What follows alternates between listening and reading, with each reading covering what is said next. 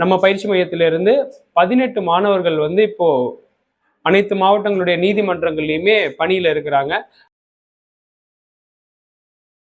செய்முறை தேர்வுலாம் எப்படி இருக்கும் அப்படிங்கிறத இதுல ஒரு காணொலி வந்துட்டு போகும், அதை பாருங்க.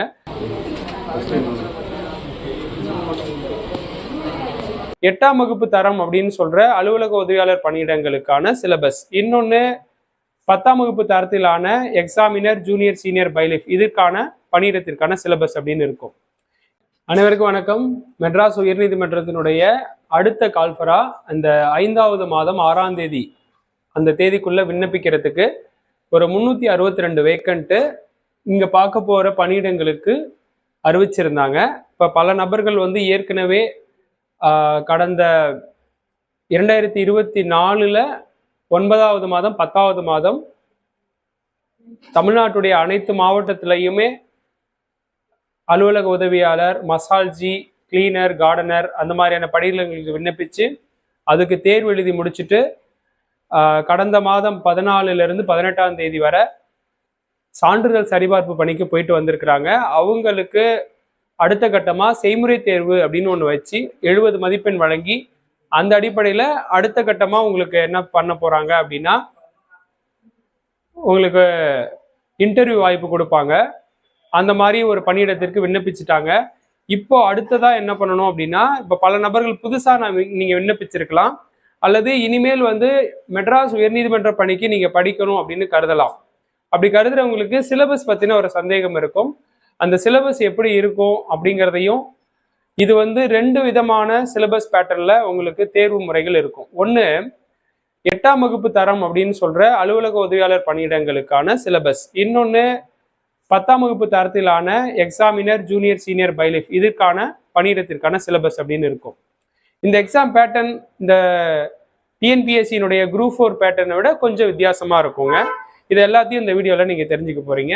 அது மட்டும் இல்லாமல் ஒரு குரூப் 4 காலி பணியிடத்திற்கு நீங்கள் எவ்வளோ கடினப்பட்டு படித்து அதில் ஒரு போஸ்டிங் வாங்குறதுக்கு எவ்வளோ ரிஸ்க் எடுக்கிறீங்களோ அதிலிருந்து ஒரு பாதி ரிஸ்க்கை விட குறைவான ரிஸ்க் எடுத்தாலே இதுக்குள்ளே வர முடியும். ஆனால் இதுக்கு சில பேட்டர்னை நீங்கள் ஃபாலோ பண்ணணும். ஒன்று என்னன்னா, எழுத்து தேர்வுக்கு நீங்கள் தயாராகணும். அந்த எழுத்து தேர்வுக்கான பாடத்திட்டம் நீங்கள் டிஎன்பிஎஸ்சி படிக்கிறீங்க அப்படின்னா 6ஆம் வகுப்புலேருந்து 10 12 வரைக்குமே படிக்கிற மாதிரி இருக்கு. இந்த மெட்ராஸ் உயர்நீதிமன்றத்தில் படிப்பு அப்படின்னு எடுத்தீங்கன்னா இந்த பணியிடத்திற்கான படிப்பு 3ஆம் வகுப்பு புத்தகத்திலிருந்து அதிகபட்சம் 8ஆம் வகுப்பு புத்தகம் வரைக்கும் போனாலே போதும். அப்படி ஒரு கேள்வித்தரத்தை தான் அவங்க வந்து எடுக்கிறாங்க. இதில் முடித்த பிறகு அவங்க என்ன பண்ணுறாங்க அப்படின்னா, இப்போ குரூப் 4ல கூட வழங்காத இன்னும் ஒரு வாய்ப்பை கொடுக்குறாங்க. என்ன பண்ணுறாங்கன்னா, நீங்கள் செய்முறை தேர்வுன்னு ஒன்று பண்ணுங்க, அந்த செய்முறை தேர்வில் நாங்கள் மதிப்பெண் போட்டு அதில் ஆள் எடுத்துக்கிறோம் அப்படின்னு சொல்கிறாங்க. அப்போ செய்முறை தேர்வுலாம் எப்படி இருக்கும் அப்படிங்கிறத இதில் ஒரு காணொலி வந்துட்டு போகும், அதை பாருங்க.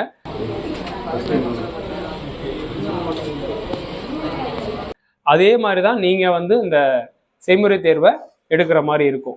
அந்த செய்முறை தேர்வுக்கான பயிற்சியிலிருந்து இந்த எழுத்து தேர்வுக்கான பயிற்சி வரைக்கும் நம்மளுடைய பயிற்சி மையத்தில் பயிற்சி வழங்கி, இதற்கு முன்பு 10ஆம் வகுப்பு தரத்தில் எக்ஸாமினர் ஜூனியர் சீனியர் பைலிஃப் தேர்வு எழுதினவங்க நம்ம பயிற்சி மையத்திலிருந்து 18 மாணவர்கள் வந்து இப்போ அனைத்து மாவட்டங்களுடைய நீதிமன்றங்கள்லையுமே பணியில் இருக்கிறாங்க.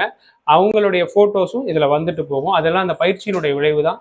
அதே போல் நீங்களும் உங்களுடைய மாவட்டத்தில் அல்லது இப்போ வந்திருக்கக்கூடிய மெட்ராஸ் உயர்நீதிமன்றத்தில் பணி வாய்ப்பு பெறணும் அப்படின்னா இந்த மாதிரியான பயிற்சியை தான் நீங்கள் ஃபாலோ பண்ணணும். முதல்ல இதுக்கான பாடத்திட்டத்தை பார்ப்போம். இப்போ என்னென்ன பாடத்திட்டம் இருக்குது அப்படின்னு பார்த்துட்டு அப்புறம் என்னென்ன பணியிடத்துக்கு இந்த பாடத்திட்டம் பொருந்ததுன்னு பார்ப்போம். நான் முதல்ல இந்த பக்கம் பாடத்திட்டத்தை சொல்கிறேன். இது வந்து 8ஆம் வகுப்பு தரம்னு இப்போ கொடுத்துருக்குறாங்க.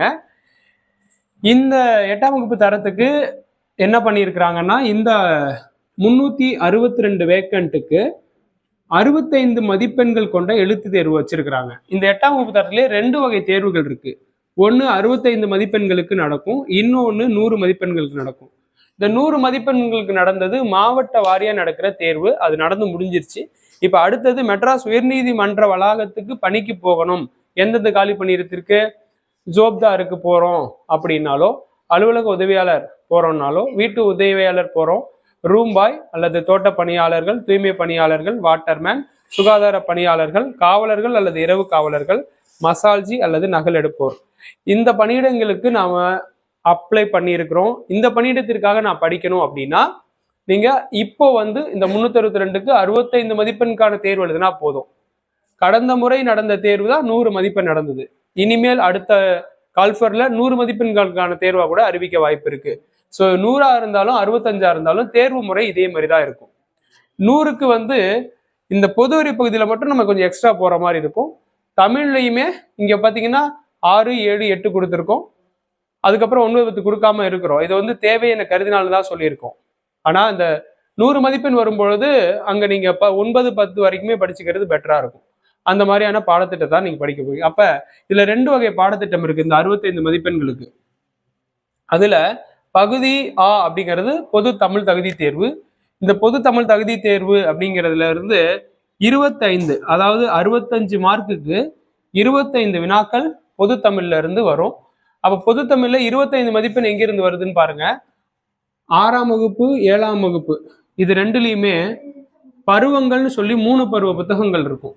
முதல் பருவம், 2ஆம் பருவம், 3ஆம் பருவம்னு இருக்கும். 8வது வகுப்புல ஒரு ஃபுல் புக்கு ஒன்று தமிழ் புக் இருக்கும். இதெல்லாம் தான் இந்த 25 மதிப்பெண்கள் வரக்கூடிய கேள்விகள்னு வச்சுக்கிட்டீங்கன்னா, ஒருவேளை 8வது தாண்டி போகாதா அப்படின்னா போகலாம். அப்படி போகுது அப்படின்னா நீங்க என்ன பண்ணணும் அப்படின்னா 9, 10 படிச்சு வச்சுக்கிறது பெட்டர்.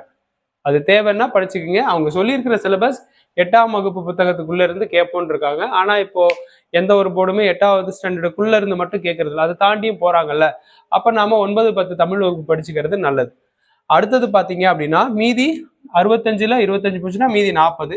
இந்த 40 வினாக்கள் பொது அறிவு பகுதியில இருந்து வரும்.